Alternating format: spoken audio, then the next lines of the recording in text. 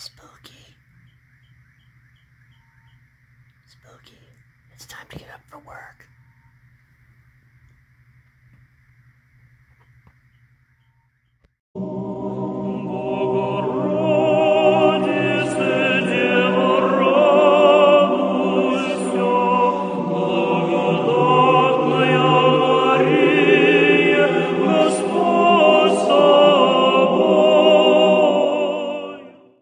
Hello everybody and welcome back to Orthodox Review, the most uneducated educational program here on the internet today.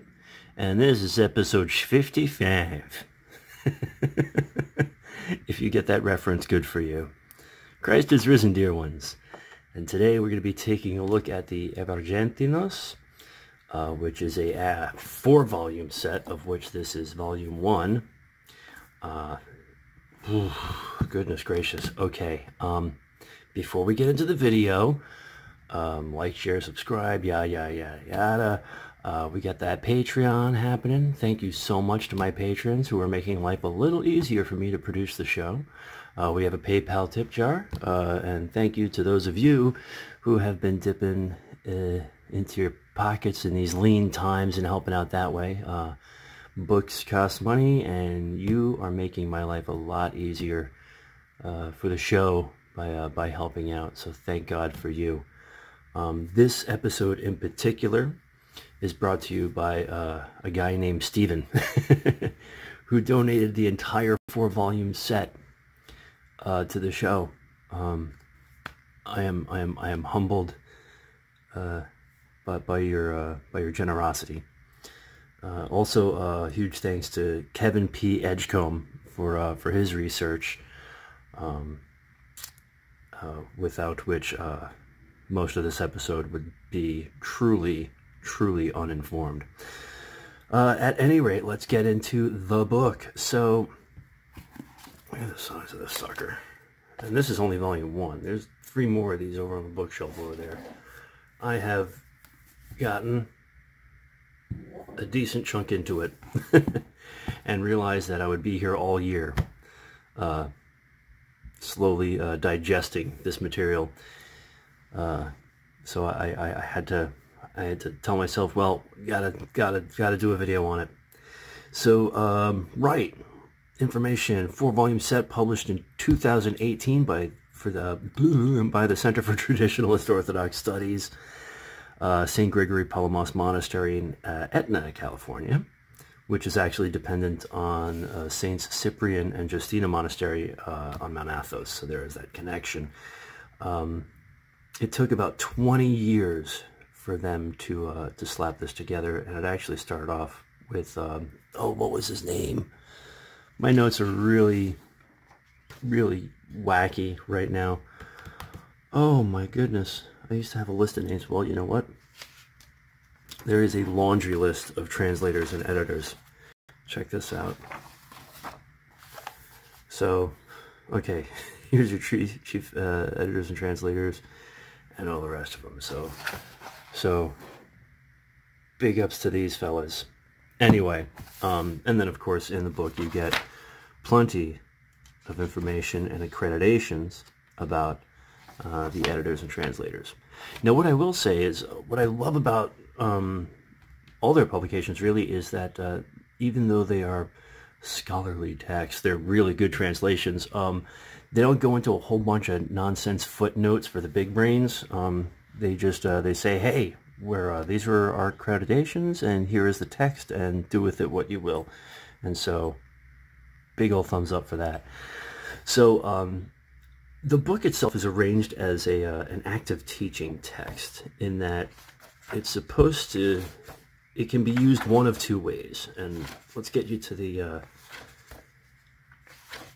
table of contents, because it's comprised of 50 hypotheses, each one concerning a different aspect of the spiritual life. And as you can see, the headings on these alone is plenty to get the mind working. So it can be read straight through, or it can be used as a reference guide, which is fantastic. And as you can see, I cannot stop notating this. So the history of the book goes as such. Okay, so it was originally compiled by a certain Paul, somewhere south of Constantinople, at a monastery that he founded that was the monastery of the Evergetinos, which means of the benefactress. Took him about 5 years to do, and that was between the years of 1049 and 1054. So this was an expansive work that for a monk to take 5 years to compile what took American scholars 20 years to recompile is quite the achievement. Now it was rearranged for publishing. What was it? About 1783 by St. Macarius of Corinth and St. Nicodemus the Hagurite. That was, 1783. And so that was a solid 10 years before they put together the Philokalia in the form we see now. So the Philokalia is actually derivative of this work, which is pretty interesting. So like out of the massive stack of the Philokalia, of the Evergetinos, the Philokalia is maybe about a quarter of it, if that. So yeah, rearranged by them. And then the contents. Okay, let's get into the contents. Now, like I said, it's kind of a learning manual or a teaching book. And we're not going to dig too deep into it because I'll be honest with you, I had to stop about halfway through so that I could make the video. Otherwise, I'd not be able to do any more content for y'all. But I just want to point out a few things. Now, a lot of the stories and sayings you see in there here are going to be familiar. Oh, a lot of them are going to be unfamiliar. But the familiar ones, the ones that pop out, are going to be the ones that have been distilled down and that you will find in the sayings of the Desert Fathers and short manuals like that. But not only that, there are complete lives of saints in here, for the most part, that you will recognize from other places. For starters, you have the life of St. Moses the Black in here. One of the earliest mentions of it. There are several references to a Geronticon, which I haven't found yet. I don't know what specific work they're referring to there, but it's peppered throughout here.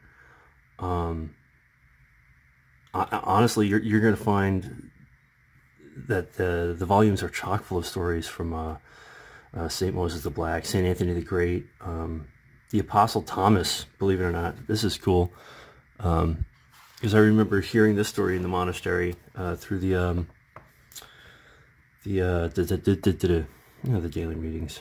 My brain's not working. It's like 6 something in the morning here.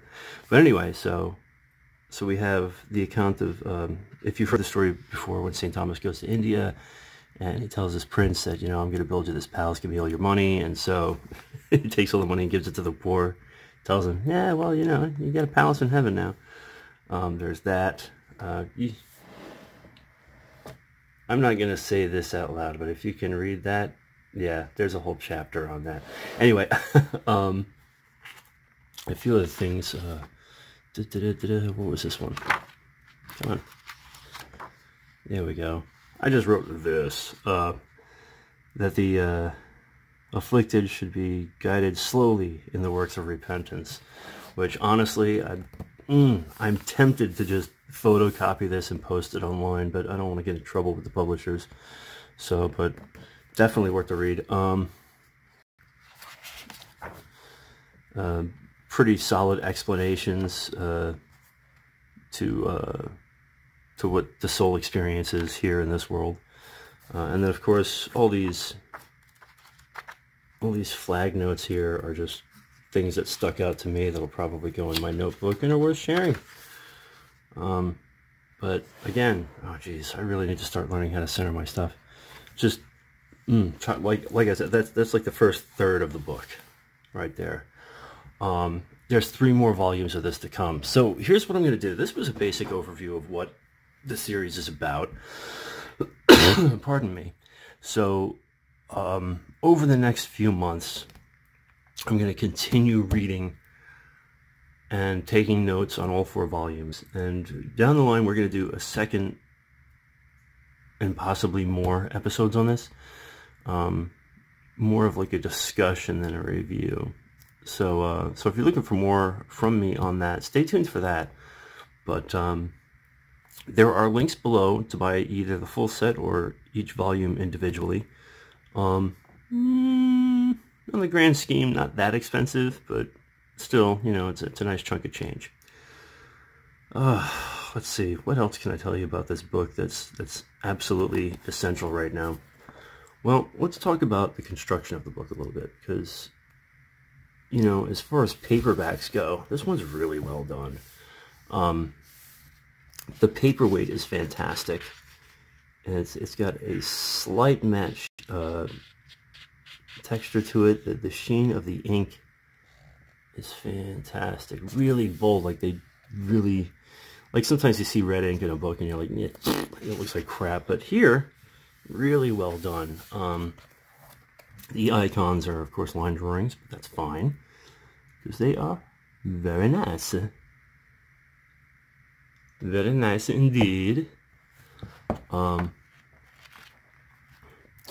man. Hold on a second. Bear with me. Hey, there he is. Come back here.